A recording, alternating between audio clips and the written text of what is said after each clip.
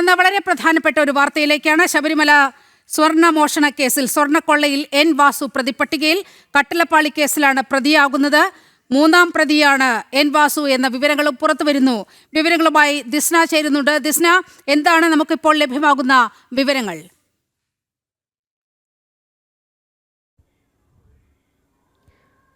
നിലിമ, നമുക്കറിയാം ഈ പ്രധാനമായും കട്ടിളപ്പാളി കേസിലാണ് എൻ വാസു പ്രതിപ്പട്ടികയിൽ ഉള്ളത് എന്നൊരു വിവരം തന്നെയാണ് നമുക്ക് മനസ്സിലാക്കുന്നത്.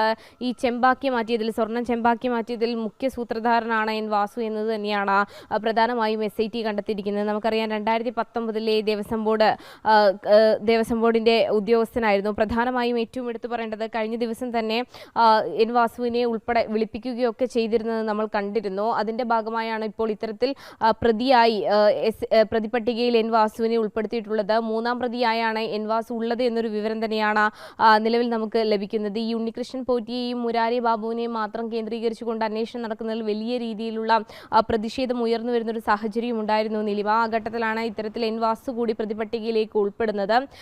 2019 ഉൾപ്പെടെ ഈ എൻ വാസു തന്ത്രി പറഞ്ഞിട്ടാണ് ഇത്തരത്തിലൊരു കാര്യം ചെയ്തത് എന്നൊക്കെ ആദ്യഘട്ടത്തിൽ പറഞ്ഞിരുന്നുവെങ്കിലും തന്ത്രി ഉൾപ്പെടെ അത് നിഷേധിച്ച് രംഗത്ത് വരുന്നതൊക്കെ തന്നെ നമ്മൾ കണ്ടിരുന്നു. ആ കേസുമായി ബന്ധപ്പെട്ട് ഇപ്പോൾ കട്ടിളപ്പാളി കേസുമായി ബന്ധപ്പെട്ടാണ് പ്രതി ചേർക്കപ്പെട്ടിട്ടുള്ളത്. മൂന്നാം പ്രതിയായാണ് എൻ വാസുവിനെ പ്രതി ചേർത്തിട്ടുള്ളത് എന്നൊരു വിവരം തന്നെയാണ് നമുക്ക് നിലവിൽ ലഭ്യമായിട്ടുള്ളത്. നീലിമ, കട്ടിളപ്പാളി കേസുമായി ബന്ധപ്പെട്ടാണ് ഇപ്പോൾ വാസുവിനെ പ്രതിപട്ടികയിൽ ഉൾപ്പെടുത്തിയിരിക്കുന്നത് എന്നാണ് ദിസ്ന സൂചിപ്പിച്ചത്. ആ സമയത്ത് ദേവസ്വം കമ്മീഷണറായിരുന്നു എൻ വാസു. ഈ കട്ടിളപ്പാളി മോഷണ കേസിൽ ഈ ഉണ്ണികൃഷ്ണൻ പോറ്റിക്ക് പാളി കൈമാറാൻ ശുപാർശ ചെയ്തത് എൻ വാസുവാണ്. ഈ ഉണ്ണികൃഷ്ണൻ പോറ്റിക്ക് വേണ്ടിയുള്ള കസ്റ്റഡി അപേക്ഷയിൽ SIT അതീവ ഗുരുതരമായ ചില കാര്യങ്ങളാണ് വാസുവിനെ കുറിച്ച് പറഞ്ഞിട്ടുള്ളത്. വളരെ കൃത്യമായി അത് ചെമ്പാണ് എന്ന് രേഖപ്പെടുത്താൻ ശുപാർശ നൽകിയത്, അത്തരത്തിൽ തീരുമാനമെടുത്തത് അന്നത്തെ ദേവസ്വം കമ്മീഷണറായിരുന്ന എൻ വാസുവാണ് എന്നാണ് SITയുടെ ഈ റിപ്പോർട്ടിൽ പറയുന്നത്. ദിസ്ന,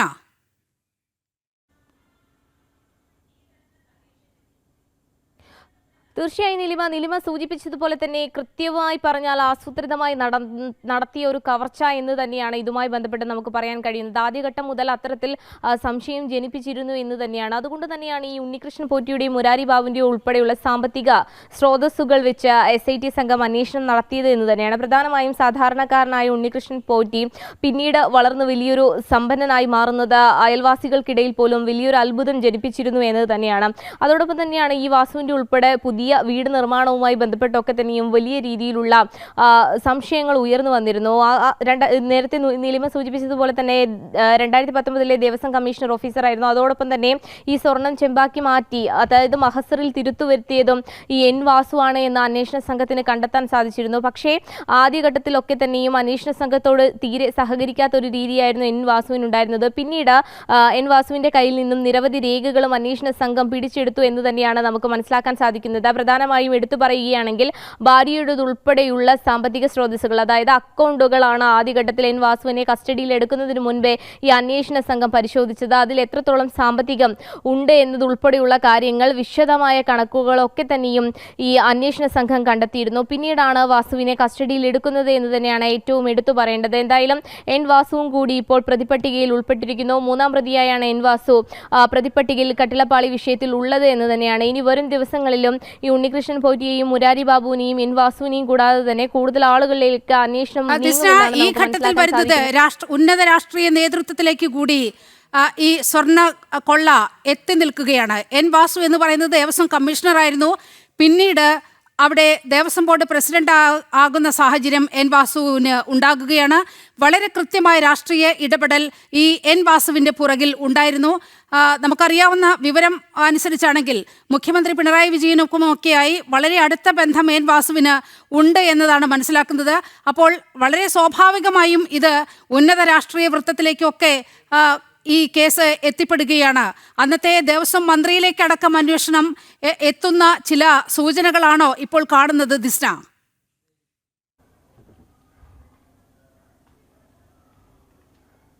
നീലിമ, പ്രധാനമായും ഉന്നതരിലേക്ക് അന്വേഷണം എത്തുന്നു എന്ന് തന്നെയാണ് നമുക്ക് മനസ്സിലാക്കാൻ സാധിക്കുന്നത്. നീലിമ സൂചിപ്പിച്ചതുപോലെ തന്നെ ദേവസ്വം മന്ത്രി ഉൾപ്പെടെയുള്ളവരുടെ പങ്ക് ഈ വിഷയത്തിൽ കൃത്യമായി അറിയേണ്ടതുണ്ട്. എം വി ഗോവിന്ദൻ, അതായത് സംസ്ഥാന സെക്രട്ടറി എം വി ഗോവിന്ദൻ ആദ്യഘട്ടം മുതൽ പറയുന്നത് അന്വേഷണം നടക്കുന്നു, അത് കൃത്യമായി നടക്കട്ടെ എന്നൊരു കാര്യം തന്നെയാണ്. ഉന്നതരായാൽ പോലും കൊടിയുടെ നിറം നോക്കി തങ്ങൾ ഒരിക്കലും സംരക്ഷിക്കില്ല എന്ന ഉറപ്പൊക്കെ തന്നിട്ടുണ്ട്. ഇനിയിപ്പോൾ അന്വേഷണം മുന്നോട്ട് എങ്ങനെ പോകുമെന്നും അത് സംബന്ധിച്ച് എപ്രകാരമായിരിക്കും അന്വേഷണം നടക്കുന്നത് എന്നതിനെ സംബന്ധിച്ചും നമുക്ക് കാണേണ്ടതുണ്ട് എന്ന് തന്നെയാണ്. ആദ്യഘട്ടത്തിൽ ഈ സുഹൃത്തുക്കളെ കേന്ദ്രീകരിച്ച് മാത്രമായിരുന്നു അന്വേഷണം നടന്നിരുന്നത് എന്ന് തന്നെയാണ് മാധ്യമങ്ങളോടൊക്കെ തന്നെയും വലിയ രീതിയിൽ പറഞ്ഞിരുന്നു. ഉണ്ണികൃഷ്ണൻ പോറ്റിയെ ഒക്കെ തന്നെയും നമ്മൾ കണ്ടിരുന്നു. എന്നാൽ പിന്നീട് തെളിവുകളൊക്കെ തന്നെയും തിരിച്ചടിയായി മാറിയപ്പോൾ മാധ്യമങ്ങളോട് ഒരു പ്രതികരണത്തിന് പോലും ഉണ്ണികൃഷ്ണൻ പോറ്റിയൊന്നും തയ്യാറായിരുന്നില്ല എന്നത് തന്നെയാണ് നമുക്ക് മനസ്സിലാക്കാൻ സാധിക്കുന്നത്. എന്തായാലും എൻ വാസുവും ഇപ്പോൾ പ്രതിപ്പട്ടികയിൽ കുടുങ്ങിയിരിക്കുന്നു. വരും ദിവസങ്ങളിലൊക്കെ തന്നെയും കൂടുതൽ ആളുകളിലേക്ക് അന്വേഷണം നീങ്ങും എന്ന് തന്നെയാണ് നമുക്ക് മനസ്സിലാക്കാൻ സാധിക്കുന്നത്. ആ കാലഘട്ടത്തിൽ ഉണ്ടായിരുന്ന കൂടുതൽ ഉദ്യോഗസ്ഥരിലേക്ക് അന്വേഷണം നീങ്ങും. ഉദ്യോഗസ്ഥ തലത്തിൽ മാത്രമായിരിക്കുമോ ഈ അന്വേഷണം എത്തി നിൽക്കുക എന്നൊരു ചോദ്യം മാത്രമാണ് ഇനി ബാക്കിയുള്ളത്. നീലിമ, ദിസ്ന, അതീവ ഗുരുതരമായ പരാമർശങ്ങളാണ് SIT നടത്തിയിരിക്കുന്നത്. ഇതിൽ നേരത്തെ പറഞ്ഞതുപോലെ ഉണ്ണികൃഷ്ണൻ പോറ്റിയുടെ റിമാൻഡ് ഈ കസ്റ്റഡി അപേക്ഷയുടെ പകർപ്പ് പുറത്തു വന്നു. ഈ പകർപ്പിനകത്താണ് എൻ വാസുവിനെതിരെ അതീവ ഗുരുതരമായ ആരോപണങ്ങൾ ഉള്ളത്. തിരുവിതാംകൂർ ദേവസ്വം ബോർഡിന് വലിയ നഷ്ടമുണ്ടാക്കുന്ന വിധത്തിൽ ഈ വൻ കൊള്ളയ്ക്ക് വാസു നേതൃത്വം നൽകുകയായിരുന്നു എന്നാണ് മനസ്സിലാക്കാൻ കഴിയുന്നത്.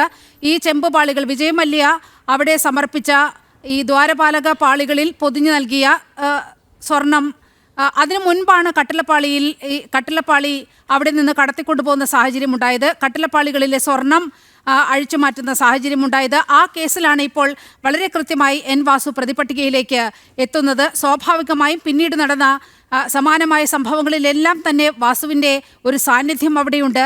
അപ്പോൾ സ്വാഭാവികമായും എൻ വാസു മൂന്നാം പ്രതിയാവുന്നു. ഉന്നത രാഷ്ട്രീയ വൃത്തങ്ങളിലേക്ക് കൂടി, ആ ബന്ധങ്ങളിലേക്ക് കൂടി വഴിതെളിക്കില്ലേ വാസുവിൻ്റെ ഇനി അങ്ങോട്ടുള്ള അറസ്റ്റുമെല്ലാം?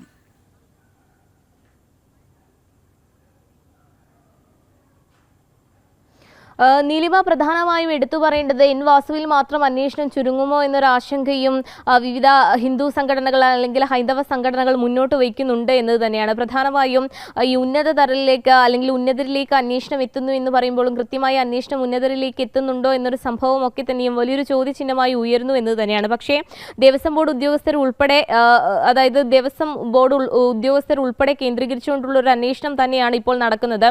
SITയുടെ റിപ്പോർട്ടിൽ ഉൾപ്പെടെ, അതായത് ഹൈക്കോടതിയിൽ സമർപ്പിച്ച റിപ്പോർട്ടിൽ ഉൾപ്പെടെ കൃത്യമായി ഇത്തരത്തിൽ ഒരു സ്വർണ്ണ കവർച്ച നടന്നിട്ടുണ്ടെന്നും അതിൽ ദേവസ്വം ബോർഡ് ഉദ്യോഗസ്ഥർ ഉൾപ്പെടെ ഇടപെട്ടിട്ടുണ്ട് എന്നുള്ളൊരു കാര്യമൊക്കെ തന്നെയും ആ റിപ്പോർട്ടിൽ വ്യക്തമാക്കിയിട്ടുണ്ട്. എന്തായാലും വരും ദിവസങ്ങളിൽ ഇത് സംബന്ധിച്ച് കൂടുതൽ ആളുകളെ കേന്ദ്രീകരിച്ച് അന്വേഷണം ഉണ്ടാവുമെന്ന് തന്നെയാണ് നമുക്ക് നിലവിൽ മനസ്സിലാക്കാൻ സാധിക്കുന്നത്. കൂടുതൽ അറസ്റ്റുകൾ ഉണ്ടാവുമെന്ന് നമുക്ക് മനസ്സിലാക്കാൻ സാധിക്കുന്നു. ഈ ഉണ്ണികൃഷ്ണൻ പോറ്റിയെയും മുരാരി ബാബുവിനെയും ഉൾപ്പെടെ ഒരുമിച്ചിരുത്തി ചോദ്യം ചെയ്തപ്പോൾ കൂടുതൽ വിവരങ്ങൾ, അതായത് മൊഴിയിൽ നേരത്തെ വൈരുദ്ധ്യങ്ങൾ ഉണ്ടായിരുന്നു. പക്ഷേ ആ വൈരുദ്ധ്യങ്ങളൊക്കെ തന്നെയും മറനീക്കി പുറത്തു വന്നുകൊണ്ട് കൂടുതൽ വിവരങ്ങൾ ലഭിച്ചു എന്ന് തന്നെയാണ് SIT സംഘത്തിൽ നിന്നും നമുക്ക് അറിയാൻ സാധിച്ചിട്ടുള്ളത്. നിലിമ, അതോടൊപ്പം തന്നെ ഈ 2019 വിവിധ ഇടപാടുകളുടെ രേഖകൾ, അതായത് ഈ ശബരിമലയുമായി ബന്ധപ്പെട്ട വിവിധ ഇടപാടുകൾ, ദേവസ്വം ബോർഡ് നടത്തിയ വിവിധ ഇടപാടുകളുടെ രേഖകളൊക്കെ തന്നെയും പിടിച്ചെടുക്കാൻ SIT അന്വേഷണ സംഘത്തിന് കഴിഞ്ഞു എന്നത് തന്നെയാണ്. അപ്പോൾ കൂടുതൽ ആധികാരികമായി തന്നെയാണ് അന്വേഷണം ഇപ്പോൾ നിലവിൽ മുന്നോട്ട് പോകുന്നത് എന്ന് തന്നെയാണ് മനസ്സിലാക്കാൻ സാധിക്കുന്നത്. പക്ഷേ അന്വേഷണം അത്തരത്തിൽ മുന്നോട്ട് പോകുമ്പോഴും ഉന്നത തലത്തിലേക്ക് അല്ലെങ്കിൽ ഉന്നതരിലേക്ക് എന്തുകൊണ്ട് അന്വേഷണം എത്തുന്നില്ല എന്നൊരു ചോദ്യവും ഉയർന്നു വരുന്നുണ്ട്. ഇനി വരും ദിവസങ്ങളിൽ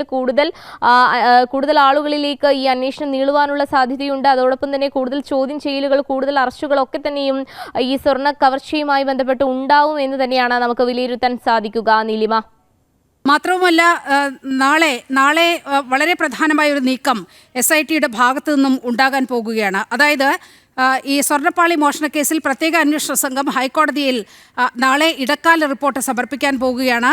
ഈ അന്വേഷണ സംഘത്തലവൻ SP ശശിധരൻ കോടതിയിൽ നേരിട്ട് ഹാജരാകി മുദ്രവെച്ച കവറിൽ റിപ്പോർട്ട് സമർപ്പിക്കും.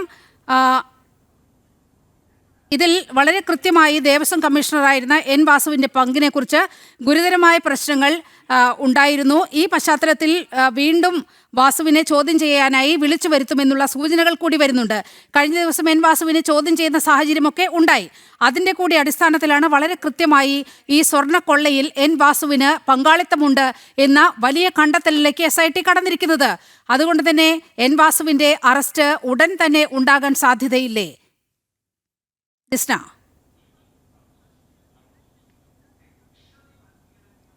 തീർച്ചയായും കഴിഞ്ഞ ദിവസം മണിക്കൂറുകൾ നീണ്ട ചോദ്യം ചെയ്യലാണ് എൻ വാസുവിന് ഉണ്ടായിരുന്നത് എന്ന് തന്നെയാണ്. പിന്നീട് കോടതിയിൽ ഹാജരാക്കിയായിരുന്നു.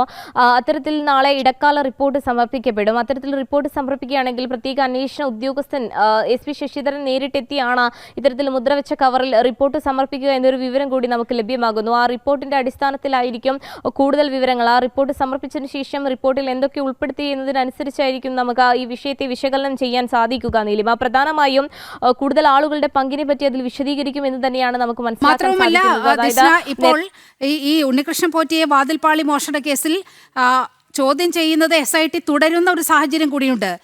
ഇപ്പോഴും ഉണ്ണികൃഷ്ണൻ പോറ്റിയെ പല ഘട്ടങ്ങളായി ചോദ്യം ചെയ്യുന്ന ഒരു സാഹചര്യമുണ്ട്. ഇതെല്ലാം കൂടി കൂട്ടിച്ചേർത്ത് വായിക്കുമ്പോൾ നാളെ ഹൈക്കോടതിയിൽ ഈ കേസ് എത്തുകയാണ്. SITയുടെ ഒരു റിപ്പോർട്ട്, അന്വേഷണ റിപ്പോർട്ട് ഹൈക്കോടതിയിൽ ഇടക്കാല റിപ്പോർട്ട് സമർപ്പിക്കും. അപ്പോൾ അതിൽ എന്തൊക്കെയാണ് ഉണ്ടാകുക, ആരെക്കുറിച്ചൊക്കെ പരാമർശമുണ്ടാകും എന്നുള്ള തരത്തിലുള്ള വലിയ വിവരങ്ങൾ പുറത്തു വരാൻ ഇരിക്കുന്നതേയുള്ളൂ. സ്വാഭാവികമായും അത് അടച്ച ഓഫ് ക്യാമറ പ്രൊസീഡിങ്സ് ആണ് കോടതിയിൽ നടക്കുന്നതെന്നാണ് നമുക്ക് മനസ്സിലാക്കുന്നത്. അതുകൊണ്ട് തന്നെ എന്താണ് കോടതിയിൽ നാളെ നടക്കാൻ പോകുന്നത് എന്നുള്ള കാര്യത്തിൽ വലിയ ജിജ്ഞാസ നിലനിൽക്കുകയാണ്. ദിസ്ന,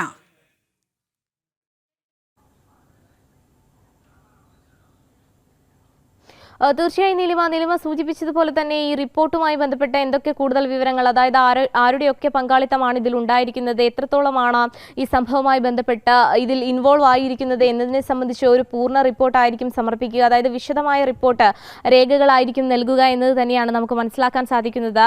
അതോടൊപ്പം തന്നെ ഏറ്റവും എടുത്തു പറയേണ്ട മറ്റൊരു കാര്യം എന്ന് പറയുന്നത് SP ശശിധരൻ നേരിട്ടെത്തിയായിരിക്കും ഈ റിപ്പോർട്ട് സമർപ്പിക്കുക എന്നൊരു വിവരം കൂടിയാണ് നിലവിൽ നമുക്ക് അന്വേഷണ സംഘത്തിൽ നിന്നും ലഭിച്ചിട്ടുള്ളത്. നീലിമ സൂചിപ്പിച്ചതുപോലെ തന്നെ ഇതിൽ ഓരോരുത്തരുടെയും പങ്ക് വളരെ വ്യക്തമായി ഈ റിപ്പോർട്ടിൽ ഉണ്ടാവും എന്ന് തന്നെയാണ് മനസ്സിലാക്കാൻ സാധിക്കുന്നത്. അതിന്റെ ഭാഗമായി അതായത് എൻ വാസുവിനെ ഇന്ന് പ്രതിപട്ടികയിൽ ചേർക്കുന്നു. എൻ വാസു എത്രത്തോളം ഇതിൽ പ്രേക്ഷകരുടെ അറിവിലേക്കായി പറയുകയാണ്. ആ റിപ്പോർട്ടാണ് ഈ ഉണ്ണികൃഷ്ണൻ പോറ്റിയെ കസ്റ്റഡിയിൽ വാങ്ങുന്നതിനുള്ള റിപ്പോർട്ട് ആണ് നമ്മളിപ്പോൾ പ്രേക്ഷകർക്ക് മുന്നിൽ കാണിക്കുന്നത്. ഇതിലാണ് വളരെ കൃത്യമായി എൻ വാസുവിന് ഈ സ്വർണ്ണക്കൊള്ളയിൽ വളരെ കൃത്യമായ പങ്കുണ്ട്. കട്ടിളപ്പാളിയിലെ സ്വർണം മാറ്റിയതിൽ വളരെ അധികം ഗൂഢാലോചന നടന്നിട്ടുണ്ട്. ദേവസ്വം ബോർഡിന് കോടികൾ നഷ്ടമുണ്ടാക്കുന്ന തരത്തിലുള്ള ചില ഇടപെടലുകൾ അന്നത്തെ ദേവസ്വം കമ്മീഷണറായിരുന്ന എൻ വാസു നടത്തി എന്ന് സ്ഥിരീകരിക്കാവുന്ന ആ റിപ്പോർട്ടാണ് നമ്മളിപ്പോൾ പുറത്തുവിടുന്നത്. ഇത് SIT കോടതിയിൽ സമർപ്പിച്ചിരിക്കുന്ന റിപ്പോർട്ടിന്റെ പകർപ്പാണ്. ഇതിലാണ് വളരെ കൃത്യമായി എൻ വാസു ഈ സ്വർണ്ണക്കൊള്ളയ്ക്ക് കൂട്ടുനിന്നു. ചെമ്പുപാളി എന്ന് എഴുതി വെച്ചത് ഈ എൻ വാസുവിന്റെ ശുപാർശയിലാണ്. അപ്പോൾ എൻ വാസു എന്ന് പറയുന്നത് ഒരു ചെറിയ മീനല്ല എന്ന് നമുക്കറിയാം ദിസ്ന. ഈ എൻ വാസു എന്ന് പറയുന്നത് CPMുമായി വളരെ അടുത്ത ബന്ധമുള്ള, മുഖ്യമന്ത്രിയുമായി വളരെ അടുത്ത ബന്ധം, അതുപോലെ അന്നത്തെ ദേവസ്വം മന്ത്രിയായിരുന്ന കടകംപള്ളി സുരേന്ദ്രനുമായി വളരെ അടുത്ത ബന്ധം, അങ്ങനെ ഉന്നതങ്ങളിൽ നീളുന്നതാണ് എൻ വാസു എന്ന് പറയുന്ന അന്നത്തെ ദേവസ്വം കമ്മീഷണർ. പിന്നീട് പ്രസിഡന്റായി വരികയാണ്. വളരെ പിടിപാടുള്ള ഭരണ കക്ഷിയുമായി CPMുമായൊക്കെ CPIയുമായൊക്കെ വളരെ അടുത്ത ബന്ധം പുലർത്തുന്ന എൻ വാസു ഇപ്പോൾ പ്രതിപട്ടികയിലേക്ക് എത്തുമ്പോൾ ആരാണ് അടുത്തത് എന്നുള്ള ചോദ്യമാണ്, ജിജ്ഞാസയാണ് ഈ ഘട്ടം ഉയരേണ്ടത്. ദിസ്ന,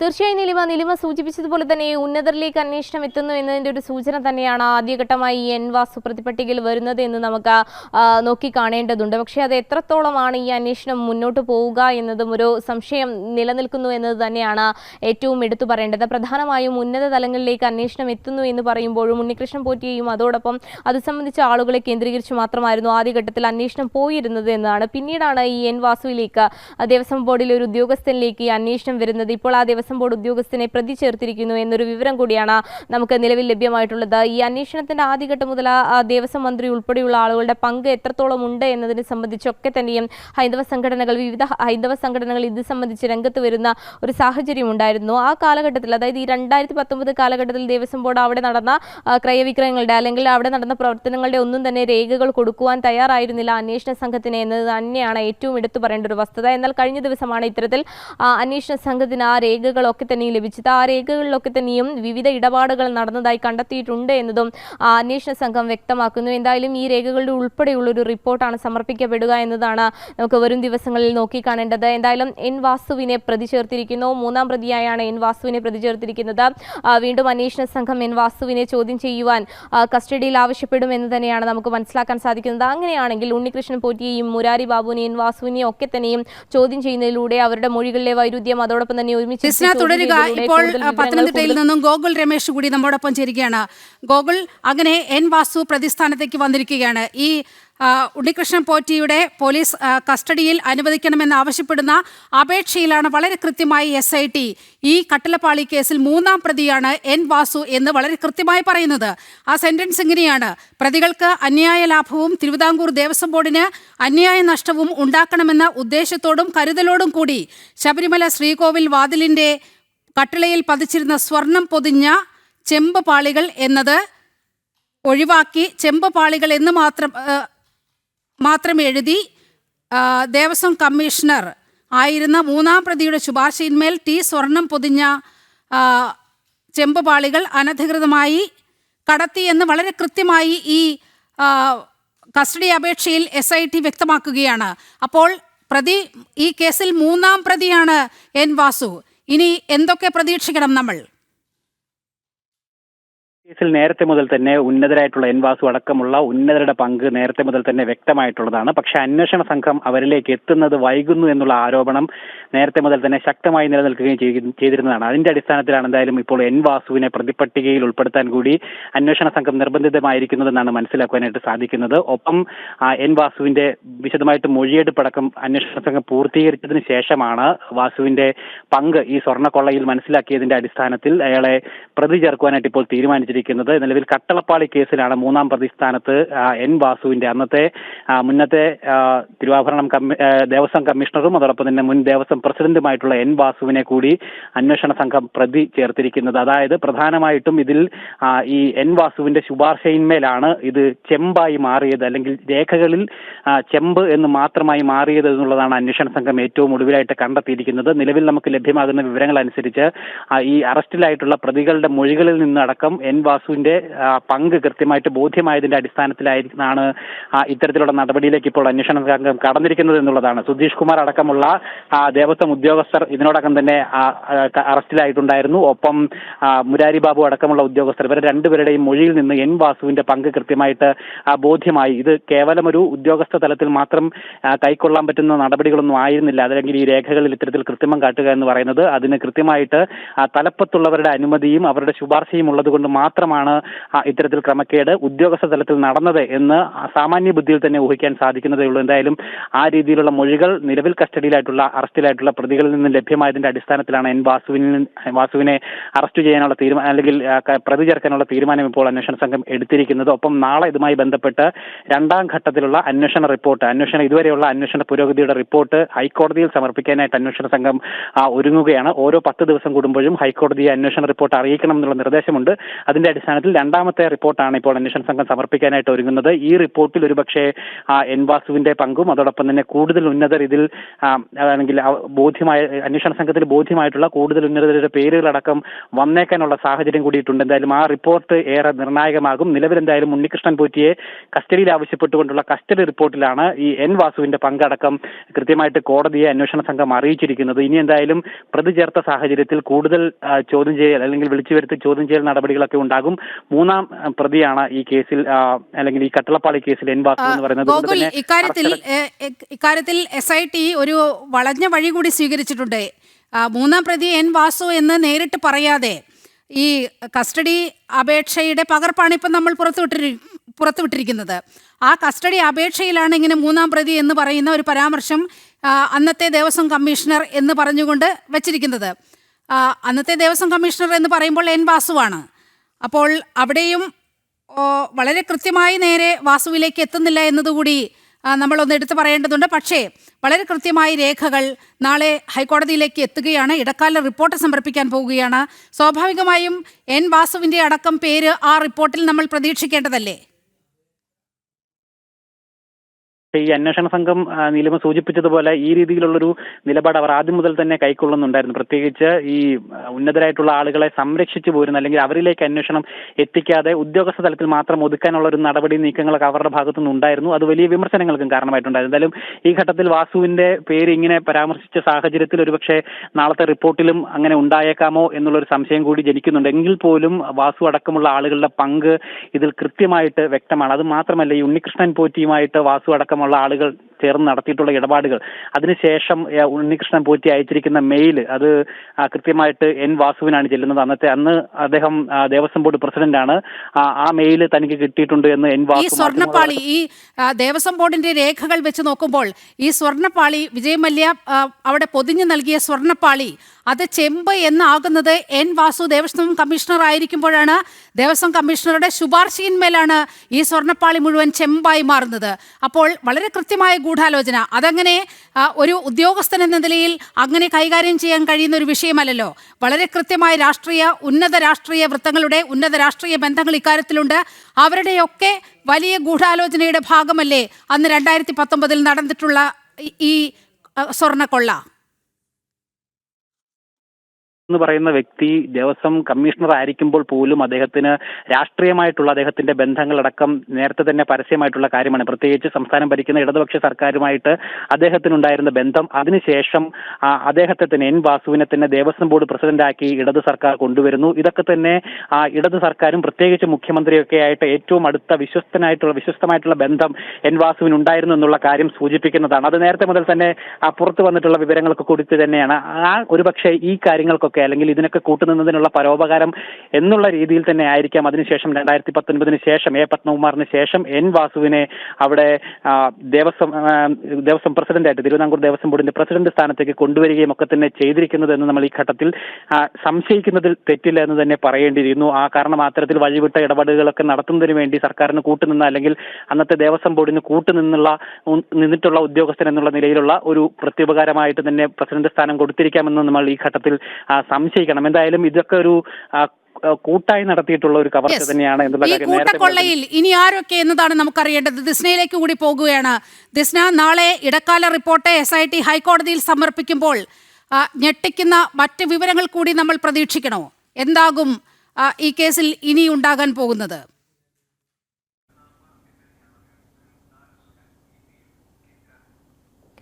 തീർച്ചയായും നിലിമ സൂചിപ്പിച്ചതുപോലെ തന്നെ നേരത്തെ ഗോകുൽ പറഞ്ഞതുപോലെ തന്നെ ഹൈക്കോടതി നിർദ്ദേശപ്രകാരമാണ് ഇത്തരത്തിൽ 10 ദിവസം കൂടുമ്പോൾ റിപ്പോർട്ട് സമർപ്പിക്കേണ്ടത്. അത് പ്രകാരം കൂടുതൽ വിവരങ്ങൾ, അതായത് ഉന്നത ആളുകളുടെ ഇടപെടൽ എത്രത്തോളം ഈ കേസുമായി ബന്ധപ്പെട്ട് ഉണ്ടായിട്ടുണ്ട്, അല്ലെങ്കിൽ ഇവരെങ്ങനെ ഈ കേസിൽ ബന്ധപ്പെട്ടിരിക്കുന്നു എന്നുള്ള ഉൾപ്പെടെയുള്ള കാര്യങ്ങൾ ചേർത്തായിരിക്കും റിപ്പോർട്ട് സമർപ്പിക്കുക എന്നൊരു വിവരം തന്നെയാണ് നിലവിൽ നമുക്ക് ലഭിച്ചിട്ടുള്ളത്. അതോടൊപ്പം തന്നെ എൻ വാസു എങ്ങനെയൊക്കെയാണ് ഇതിൽ പങ്കാളിയായത് തുടങ്ങിയ കാര്യങ്ങളൊക്കെ തന്നെയും കൃത്യമായി ഈ അന്വേഷണ റിപ്പോർട്ടിൽ ഉണ്ടാവും എന്നൊരു കാര്യം തന്നെയാണ് നിലവിൽ നമുക്ക് മനസ്സിലാക്കാൻ സാധിക്കുന്നത്. SP ശശിധരന്റെ നേതൃത്വത്തിലായിരിക്കും ഇത്തരത്തിലൊരു റിപ്പോർട്ട് സമർപ്പിക്കുക എന്നൊരു വിവരം കൂടിയാണ് നമുക്ക് ലഭിക്കുന്നത്. ഈ റിപ്പോർട്ട് സമർപ്പിച്ചതിന് ശേഷം പിന്നീട് നടക്കുന്ന നടപടികൾ എന്തൊക്കെയായിരിക്കും എന്നതിനെ സംബന്ധിച്ചിടത്തോളമാണ് നമുക്ക് അറിയേണ്ടത്. പ്രധാനമായും കൂടുതൽ ആളുകളെ ചോദ്യം ചെയ്യലിന് വിളിപ്പിക്കും. അതോടൊപ്പം തന്നെ കൂടുതൽ ഉന്നതരിലേക്ക് ഈ അന്വേഷണം നീളും എന്ന് തന്നെയാണ് നമുക്ക് മനസ്സിലാവാൻ സാധിക്കുന്നത്. അതോടൊപ്പം തന്നെ കൃത്യമായി പറഞ്ഞാൽ ഈ രേഖകളൊക്കെ തന്നെയും പിടിച്ചെടുത്തിട്ടുണ്ട്. ആ കാലഘട്ടത്തിലെ രേഖകളൊക്കെ തന്നെയും പിടിച്ചെടുത്തതിൽ നിന്ന് കൂടുതൽ വിവരങ്ങൾ അന്വേഷണ സംഘത്തിന് ലഭിച്ചിട്ടുണ്ട് എന്ന് തന്നെയാണ് നമുക്ക് മനസ്സിലാക്കാൻ സാധിക്കുന്നത്.